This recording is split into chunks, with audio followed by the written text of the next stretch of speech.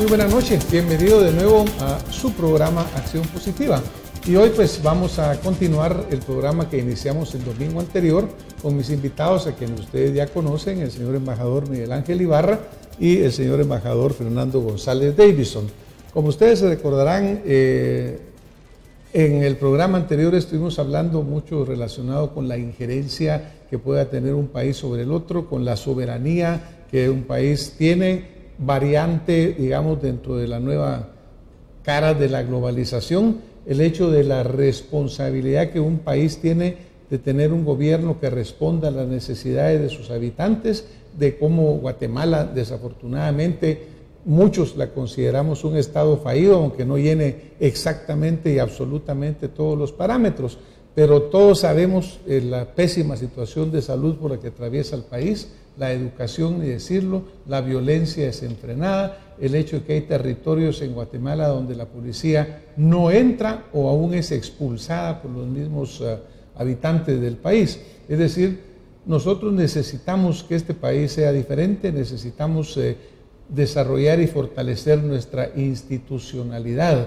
tener un país verdaderamente fuerte en el cual cada ciudadano tenga también un valor moral propio, que sepa cuáles son sus responsabilidades, cuáles son sus deberes y contribuya él mismo a ser un verdadero ciudadano por medio del cual, con su función, con su participación activa, educada y valiente, pues logremos tener ese país que pueda flotar por sí solito, que no veamos que está pidiendo siempre apoyo para cualquier cosa, porque algo que para mí es lamentable es el hecho que en Guatemala para hacer prácticamente cualquier cosa tenemos que esperar que nos venga una dádiva o una donación de la comunidad internacional, lo cual verdaderamente es lamentable.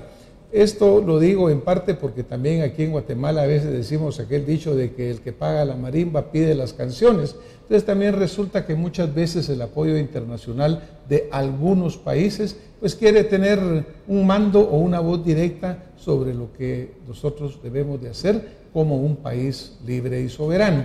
Pero bueno, no soy yo el que tengo que hablar, sino que son mis invitados y les damos de nuevo la bienvenida, señores embajadores. Nos habíamos quedado en discutir diferentes aspectos de la soberanía y estábamos hablando, embajador González, sobre el hecho de que pareciera que no tenemos una política o una política pública relacionada con las relaciones exteriores nacional y con visión de largo plazo.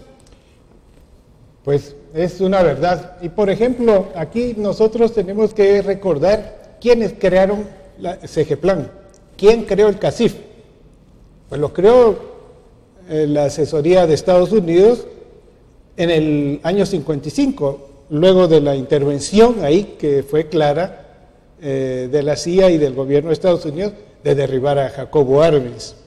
Entonces, el empresariado guatemalteco estaba totalmente dividido y ahí la injerencia fue en el sentido, señores, si quieren cooperación, tiene que formarse el CACIF, el gobierno tiene que crear CEGEPLAN, y así fue como nos organizaron.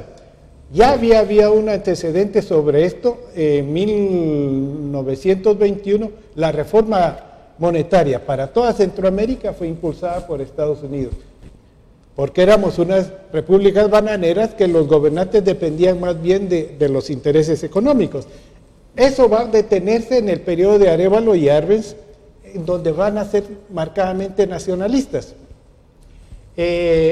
porque no iban a estar supeditados a la United Fruit Company o a los deseos dentro de la Guerra Fría que se instauró de que el nacionalismo era prohibido.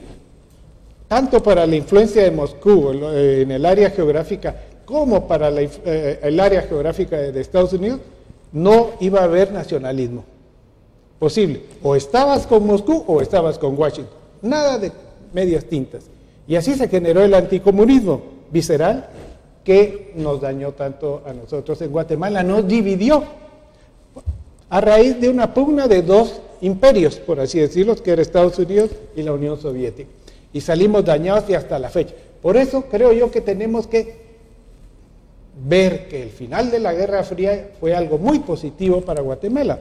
Arrancamos muy bien los 90 con un buen plan de desarrollo que se creó dentro de la administración de Serrano y que luego ha sido llevado y cambiado dentro de un mecanismo para controlar la cooperación internacional que quieren dar esto y lo otro.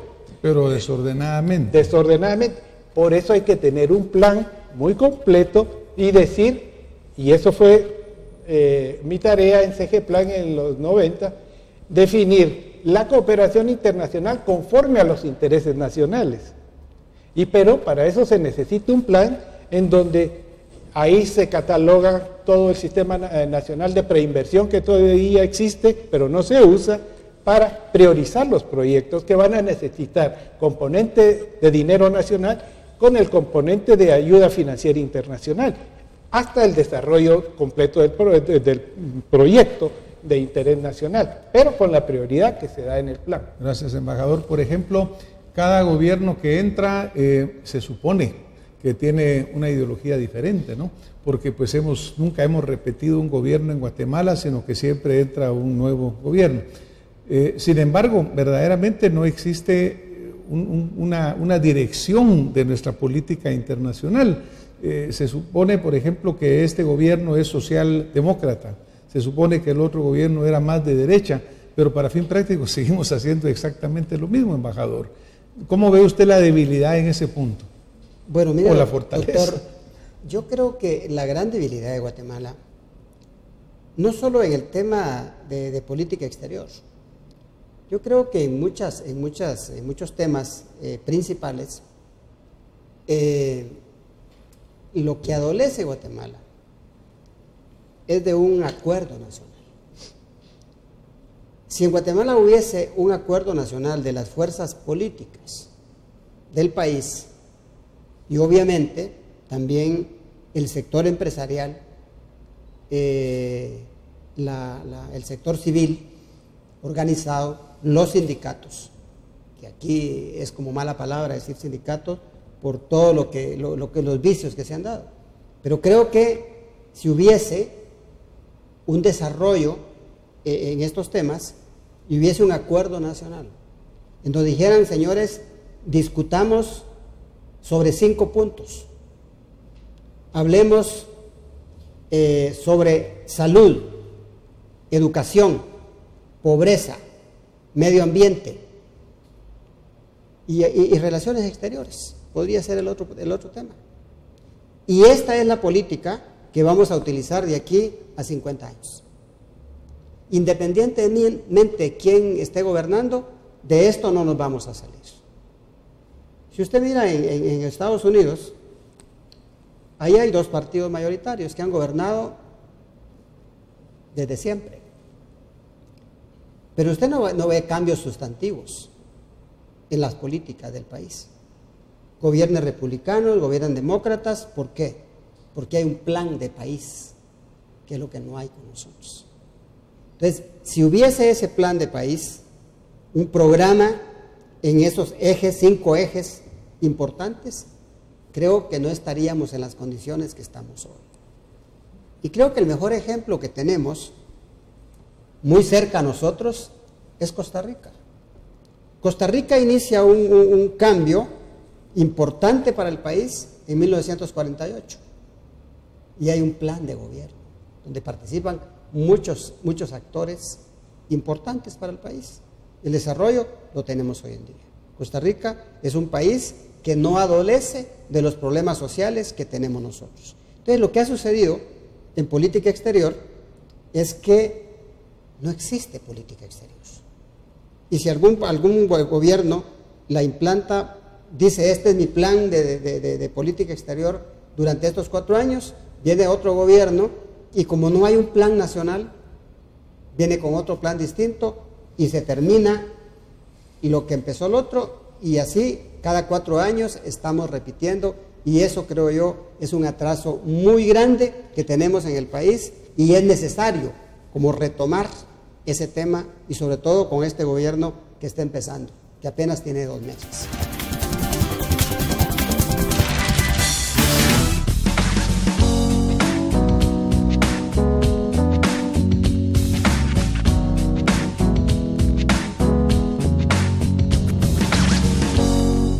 Santa Lucía, en tu mesa todo el día. Viene otro gobierno y como no hay un plan nacional, viene con otro plan distinto y se termina y lo que empezó el otro y así cada 4 años estamos repitiendo y eso creo yo es un atraso muy grande que tenemos en el país y es necesario como retomar ese tema y sobre todo con este gobierno que está empezando, que apenas tiene 2 meses. Gracias, embajador. Bueno, quería añadir a lo que decía Mike que por fortuna y Guatemala es parte de no solo fue parte en el año 2000 de los objetivos del milenio, que eran 8, que no cumplimos, fuimos de los pocos países en el mundo que no cumplimos los objetivos del milenio trazados en el 2000, y ahora Naciones Unidas ha impuesto 17 objetivos de desarrollo sustentable. Para no ir tan lejos, esos podrían ser los grandes lineamientos que Guatemala debería ceñirse con las fuerzas vivas, los tanques de pensamiento que tiene el sector privado y la sociedad civil, las universidades, el gobierno deberían enfocar cómo se van a cumplir esos objetivos de desarrollo sustentable. No hay dónde perderse. Ese fue el objetivo de los grandes expertos que contrató en Naciones Unidas para países como los nuestros, que les tienen dificultades en programar su visión a futuro.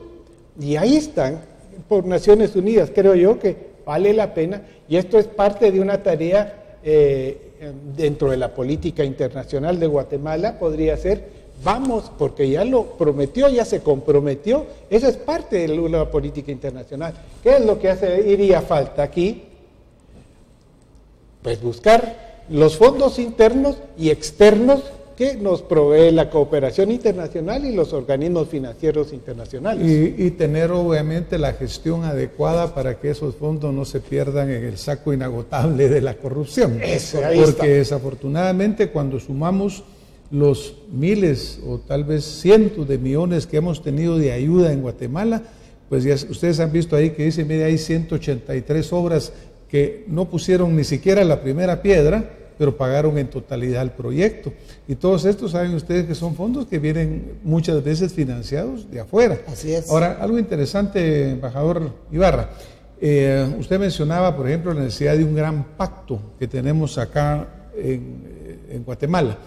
Obviamente tenemos el famoso pacto de la Moncloa en España, que se pone como un punto de partida para un desarrollo democrático, para una integración a la Europa avanzada. También tenemos el ejemplo de la concertación como programa de gobierno que se da en Chile. Obviamente, una de las grandes necesidades entonces es buscar ese consenso que nos lleve a tener una verdadera mesa abierta en la cual todos los sectores se sienten, que no cada uno trate de jalar para su lado, sino que juntemos los esfuerzos. Totalmente, doctor. Mire, yo creo que usted ha tocado un tema muy importante. Realmente el pacto de la Moncloa, ahí se comprometen todos los sectores, las fuerzas vivas del país. Claro, ahí lo que hubo fue voluntad política de todos para hacerlo, porque por medio estaba el país. España venía de una dictadura de muchos años e inicia un proceso de democracia y dicen todos, yo creo que aquí tenemos que hacer algo todos para poder sacar adelante al país, si no, no lo hacemos. Y ahí se sentaron los del Partido Comunista, los socialistas, los liberales, los empresarios, se sentaron todos, no se quedó nadie afuera, pero hubo algo muy importante. Hubo la voluntad política de hacerlo. ¿Cuál sería el detonante que hizo que eso fuera posible? Porque obviamente en España sabíamos que había muchos enfrentamientos, salían de la época del franquismo y había pues muchos grupos. ¿Qué sería lo que hizo factible? ¿Cuál fue el crisol que fundió este esfuerzo y lo unificó? Bueno, yo creo que parte de eso, en principio creo yo, fue un momento de un liderazgo en el país con una visión de largo plazo, en principio. Pues ahí había gente joven, había gente adulta, y había, es decir, el sentir de todos sacar adelante al país. Pero además, ya le dejo la palabra al embajador González para que profundice en el tema, pero además, creo yo, tenían muy claro que enfrente de ellos estaban los países desarrollados como Inglaterra, como Francia, Alemania, y dijeron, bueno, seguimos hundidos o nos vamos. Hay un dicho que dice, prefiero morirme en el intento que seguir como estoy. Bueno, pues aquí España, y esto viene para la importancia de la cooperación internacional y de la integración, porque el gran anzuelo, si no se unían esas fuerzas vivas, era que no iban a entrar a la Comunidad Europea, como se llamaba en aquel entonces, y la Comunidad Europea que les ofrecía créditos, facilidades para esto y para lo otro, y que a la larga hicieron el arranque de una España casi medieval a una España moderna, con los problemas de todos los países desarrollados modernos, como lo vemos ahora, pero de ninguna manera ya es una España retrasada. Por el contrario, nos da colaboración, colabora mucho con Guatemala, pero la esencia del tema es que como estamos en el área internacional, Guatemala tiene que ser acopio de esa unidad de fuerzas, de ese pacto nacional, porque si vamos a querer seguir y llegar a cumplir los objetivos de desarrollo sustentable de Naciones Unidas, tenemos que hacer cohesión de fuerzas. Por ejemplo, ayer leía yo que los grandes millonarios de Nueva York piden que se les pague más impuestos, pagar más impuestos porque la infraestructura de su estado, que tanto les ha dado y todo, quieren colaborar para arreglar las carreteras, los puentes y todo. Aquí tenemos carencia de que se nos van a caer los puentes, que estamos mal y todo, y tenemos que, las personas que tienen más, pues tienen que dar más. Además de un gobierno que compromete a seguir con responsabilidad el cumplimiento de estos objetivos de desarrollo que van a mejorar nuestra salud, nuestra educación, siguiendo esos temas, y CEGEPLAN tiene que jugar su rol. Y también los tanques de pensamiento del sector privado, de las universidades también.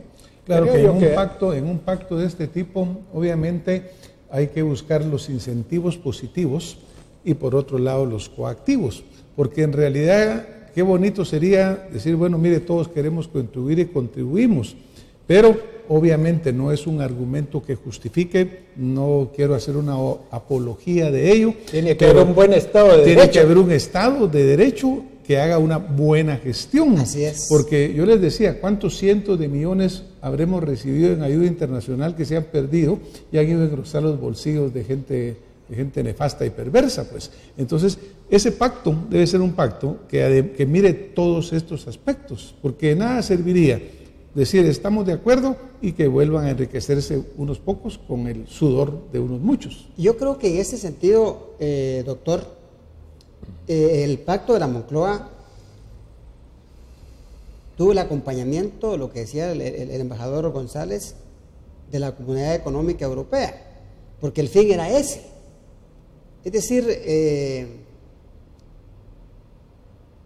entiendo que en su momento un dirigente socialista dijo, bueno, no entramos a la OTAN, se oponía, pero claro, no entrar a la OTAN era no entrar a la Comunidad Económica Europea. Entonces, muchos cedieron en sus pensamientos ideológicos por el bien del país.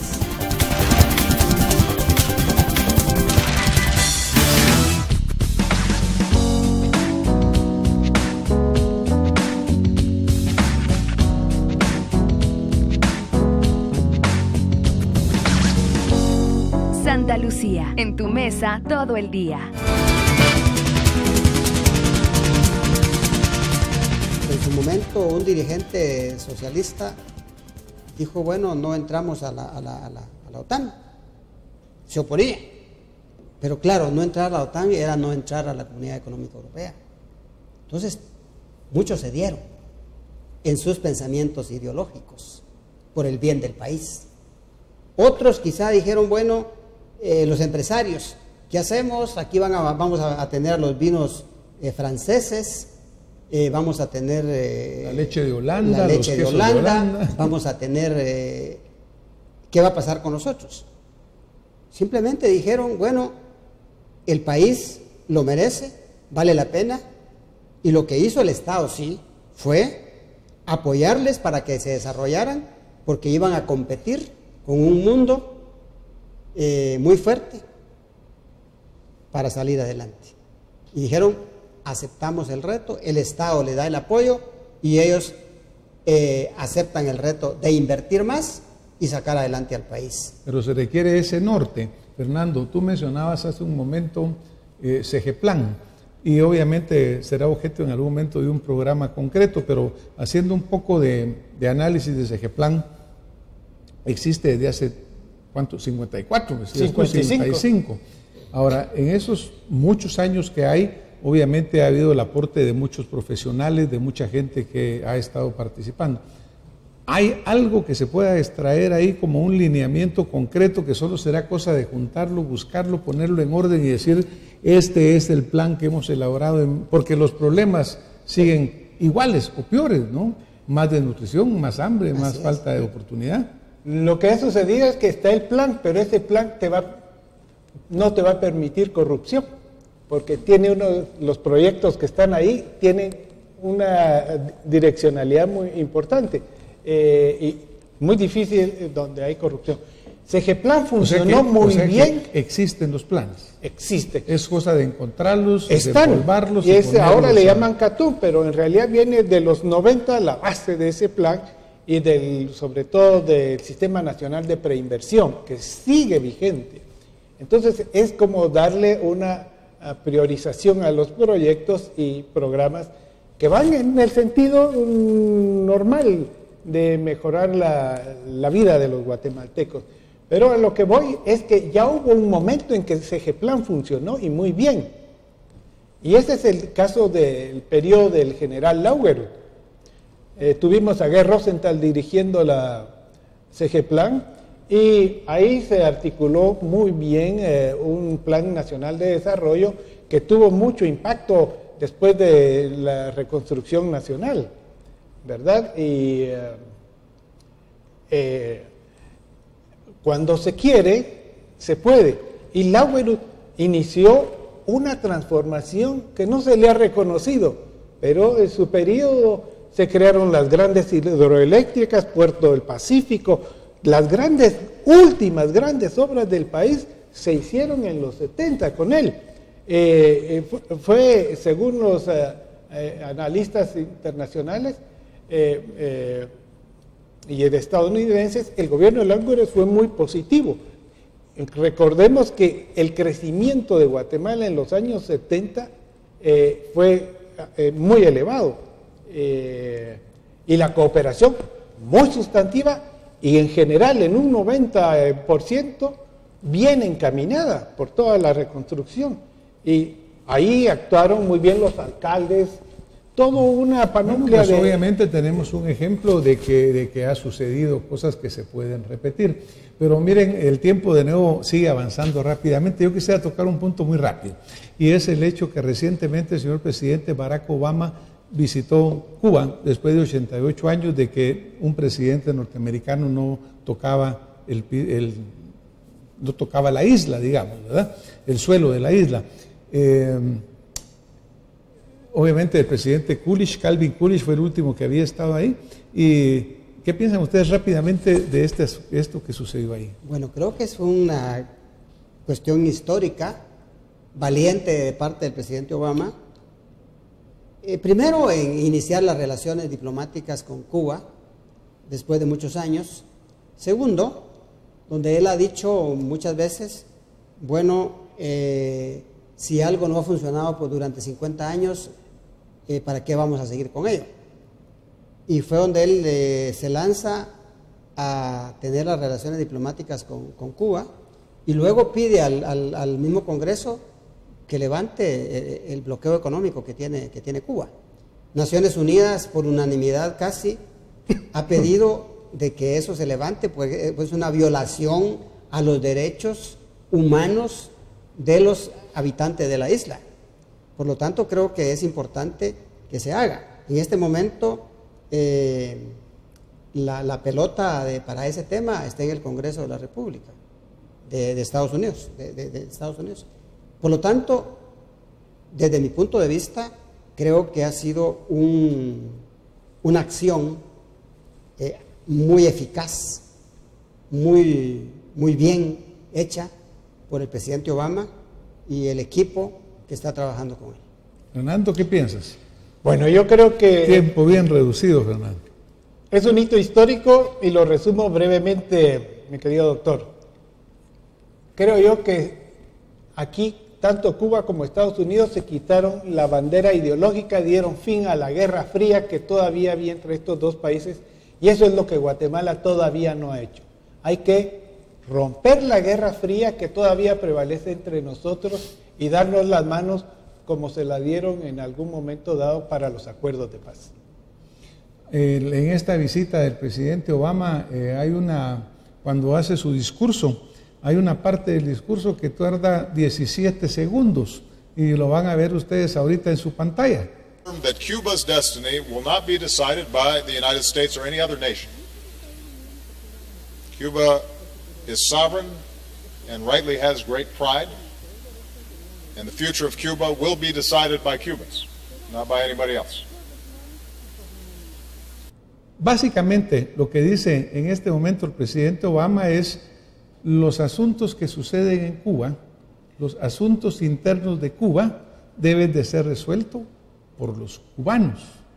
Es decir, muestra un gran respeto a la soberanía del pueblo cubano para definir sus asuntos internos, que nos trae un poquito de regreso a cómo empezamos el primer programa. Claro, pero en materia de derechos humanos, Estados Unidos seguirá actuando como hasta la fecha, siempre tratando de presionar, y también lo dijo indirectamente, para que los presos políticos, por ejemplo, y todos los demás casos que hay ahí relativos a este tema, Estados Unidos va a mantener su injerencia, y es una injerencia positiva.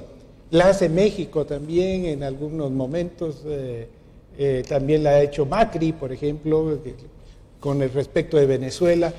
O sea, el tema de derechos humanos seguirá vigente y esos nunca van a terminar. Embajador. Bueno, yo creo que es positivo porque cada país debe resolver los problemas de acuerdo a sus necesidades, y en ese sentido creo yo que lo que Guatemala tiene que hacer es luchar y aprovechar el apoyo internacional para fortalecer las instituciones y que en un día determinado podamos tener la capacidad como Estado de no expulsar a más guatemaltecos, sino por el contrario, darles oportunidad para que acá se desarrollen y tengamos una Guatemala muy próspera en donde el desarrollo de los guatemaltecos sea integral. Muchas gracias, embajador. Debemos de tener ese valor necesario, esa osadía, para dejar atrás el pasado, para ver para adelante, para tener una nación que busque al ser humano como lo más importante, que sea el centro de su actividad, que busquemos que cada guatemalteco tenga oportunidad de educación, de salud, de felicidad. ¿Por qué no? Yo creo que eso es al final lo que todos queremos lograr. Muchas gracias, señores embajadores. Les agradezco haber enriquecido nuestra audiencia con la plática que hemos tenido en estos 2 domingos en que han acompañado, y a ustedes que nos han estado con nosotros, pues gracias, y nos vemos también la próxima semana con otro tema en Acción Positiva. Muy buenas noches.